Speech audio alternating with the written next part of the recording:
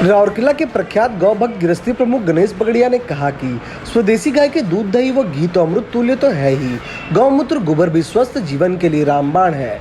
उन्होंने 70 साल में स्वस्थ जीवन व निरोगी काया को 37 साल की अपनी गौ सेवा का चमत्कार बताया। उन्होंने कहा कि आज भी वह गौ माता की पूरी तन्मयता से एक बालक के समान सेवा करते हैं। श्री गौ मंदिर गौशाला में हर दिन कृष्ण गौ माता की सेवा की जानकारी दे रहे थे। साथ ही मीडिया के समक्ष गौ सेवा के महत्व व इसके लाभ के अनुभव को साझा किया। उन्होंने कहा कि गौ भक्ति व गौ सेवा की चर्चा करने से इसका लाभ नहीं मिलने वाला, बल्कि गौ धन और इनके गोबर व गौमूत्र समेत गौ गवय गाय के दूध दही घी गौमूत्र और गोबर के महत्व के प्रति लोगों में जागरूकता लाने की जरूरत है।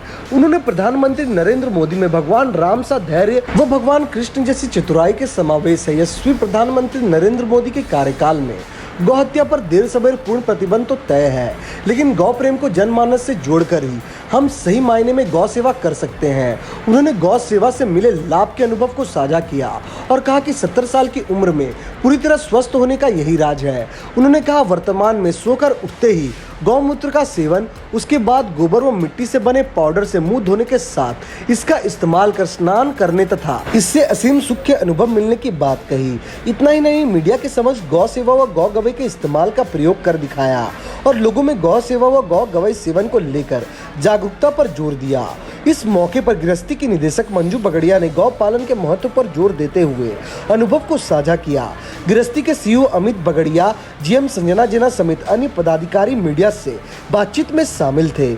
जनसंवाद न्यूज 360 राउरकेला। और अभी जो योगी जी ने गोहत्या पे पूर्ण रूप से प्रतिबंध लगाया और जो मोदी जी ने मैं बनारस में उनका मैं सुना, तो इस देश में वह समय आ जाएगा कि गोहत्या पे पूर्ण रूप से प्रतिबंध होगा। लेकिन मन में विचार होता है कि प्रतिबंध तो लगा देंगे ये लोग, कृपया बात न करें मैडम, कृपया।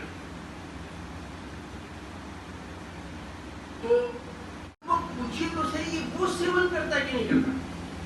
अगर वही सेवन नहीं करता तो क्या अनुयायी कैसे करेंगे? तो ये मेरी एक मतलब दुख होता है। हमारे साधु है, संत है जो व्यास में जो बैठते हैं, गद्दी में बैठते हैं, गौ माता के बारे में बनाते हैं, 1 घंटा बताते हैं, लेकिन अगर वो गोमूत्र का सेवन नहीं करते, अगर ये गोबर से नहीं आते, तो यथार्थ कथनी और करनी में अंतर आता है। मैं एक सामान्य व्यवसायी हूँ, तो मुझे लगता है कि इसीलिए वो इस शैम्पू में केमिकल है, ये तो मैं मतलब बोले ये तो शैम्पू में खतरा है, तब मुझे समझ में आने लगे कि साबुन ये है, इसका मतलब नहीं, तो हम खाली रगड़ते रहते हैं, क्योंकि पहले से ज्ञान नहीं है, मेरा अनुभव है। अब मैं इसको लगाता हूँ तो आप जानते हैं दिवाली में मंजू कुंकन बना के देती है, तो क्या हल्दी और ये सब ऐसे रगड़ते तो ऐसे ऐसे गंद हो जाता है, लेकिन इतना साफ होता मुझे नहीं मालूम। अभी आपके सामने नहाएंगे ना तो आपको उसको हाथ से सेवा करते थे, उनका नहलाना मिलाना और दूध ना करना वो सब देते थे। तो हम लोग बचपन से उनको देखते आए हैं।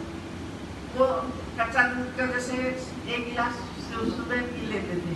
उन दिनों हम बहुत छोटे थे तो हमें समझ में नहीं आता था कि दादाजी कच्चा क्यों पीते हैं। और गौमूत्र भी वो 1-1 गिलास सेवन करते थे सुबह खाली पेट। जैसे हम लोग दूध लेने जाते थे तो खुद लेते थे और वो बाल्टी में लेते थे और खुद 1 गिलास पीते थे। हमें लगता है शुरू से शायद ये हमारे साथ काम करते हैं, हमारा ऊपर में इनका आशीर्वाद हमेशा बना हुआ है, या मन में ये छवि रहती है कि वो हमारे साथ चलते हैं। हम उठते बैठते हैं या दुख सुख में हैं, हम एक बार भी मन से स्मरण करते हैं तो मुझे लगता है कि वो हमारी मार्गदर्शन कर देते हैं। इसीलिए हमें लगता है कि उनके बिना हम अधूरे हैं। और मंच में आप भाई बंधु सब बैठे हैं, हमारी बहनें हैं,